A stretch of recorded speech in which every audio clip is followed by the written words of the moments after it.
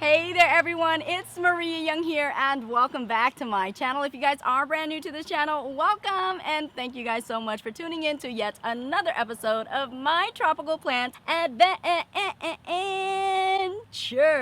And in today's episode, guys, I'm going to be sharing with you my darkest and most dirtiest secrets when it comes to growing my plants.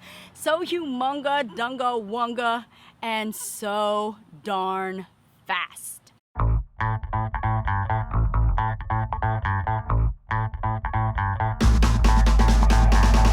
So if you guys follow my channel, you know that I just recently posted a video where I showed you just how fast and how healthy my plants had grown within one grow season. And I'm talking about they have grown to monstrous sizes. And you guys wanted to know exactly what I was doing with them, what I was feeding them, and how in the world did I get them to grow so huge. So I have to expose some dirty little secrets that I have never really talked about before, but I do believe it is one of the primary reasons to why my aroids and my plants are growing so well. So indeed, I do have to share it with you guys, and I know it is not for everyone, okay? Some of the information that I'm going to be sharing with you could be a little bit squeamish. A little bit squeamish for even me. Being plant mamas and plant papas, we definitely have made some sacrifices and also have done some things that we would not normally do, all for the sake of raising such wonderful and beautiful plants within our plant community, right? So of course, I had to share this information with you guys, give you guys the option or the opportunity at least if you guys wanted to try. So let's go ahead and check out what my dark, dirty secrets are. So the very first dark, dirty secret that I'm going to be sharing with you is the fact that I am all about the BS. At least when it comes to growing our plants and also making our substrate. And when I do say BS, I mean it literally, as in using cow manure, or better known as cow poopy-doo. That's right. And what I'm actually using is something that is called black cow that is sold commonly in your big box office stores such as your Lowe's and your Home Depot. And it is literally organic cow manure that goes through a process of drying out for 1 year. Now, I do have to say, it does have a little bit of an aroma, a little bit of a, shall we say, stench, but it doesn't smell as bad as you would imagine, or as bad or as loud as that car just sounded.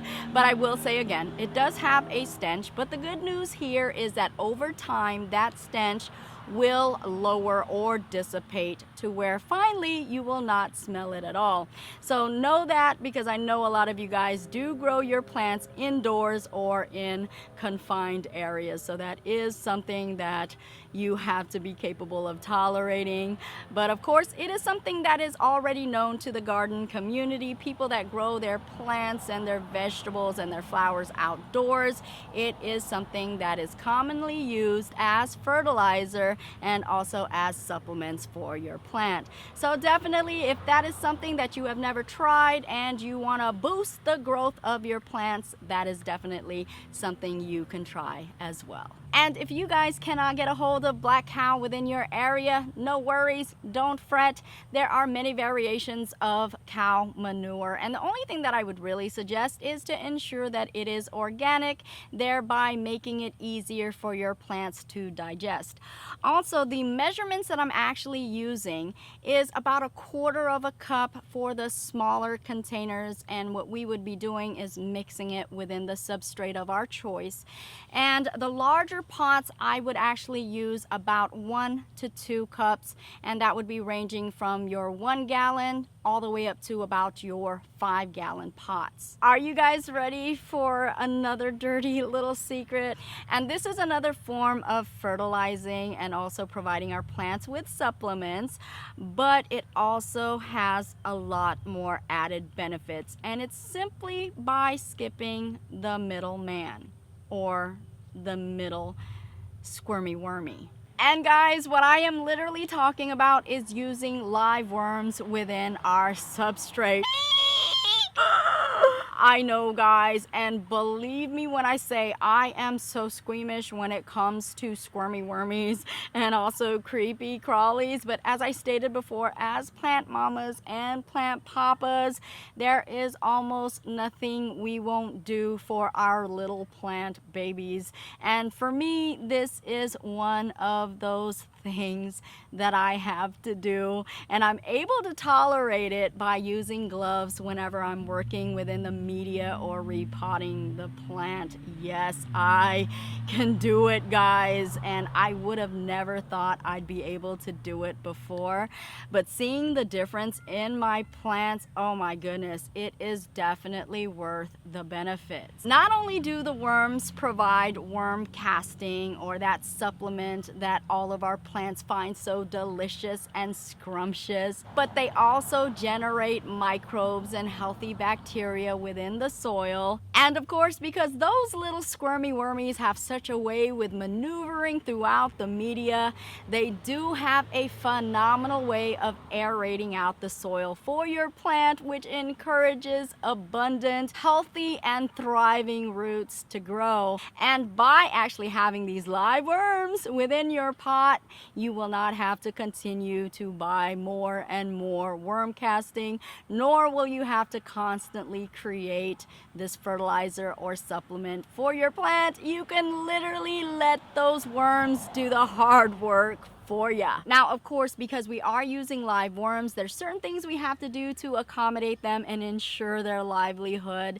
And because I do grow my plants outdoors, it's a whole lot easier for me to do. One of the things that we have to ensure is the fact that the soil does have to stay moist, because if the soil dries out too much, the worms will also dry out, and in turn they will die off. Also, another thing that we have to take note of is these worms do have to feed off of something. And again, because I do grow my plants outdoors, there's a whole lot of debris that falls from the trees and other plants. And also from time to time, I will feed my plants and my worms compost as well. Again, they do need some form of food source to thrive. One last thing that our worms will need is ample space to be able to house them in.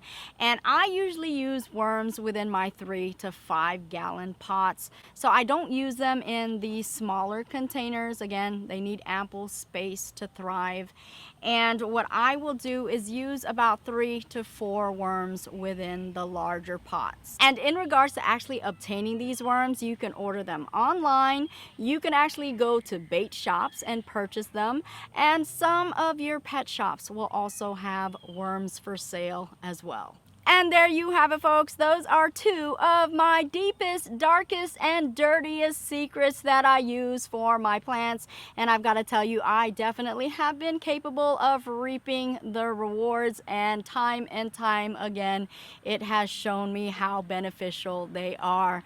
Now, of course, this is not for everyone, but I definitely wanted to share the information with anyone that's interested in trying something new. Now, if you guys also have some uncommon ways of growing your plants and it has benefited you in so many ways, definitely share that info with us, and you can post those comments below. As you guys know, the more that we know, the more that we can grow. I thank you guys so much for tuning in to yet another episode of my tropical plant adventures.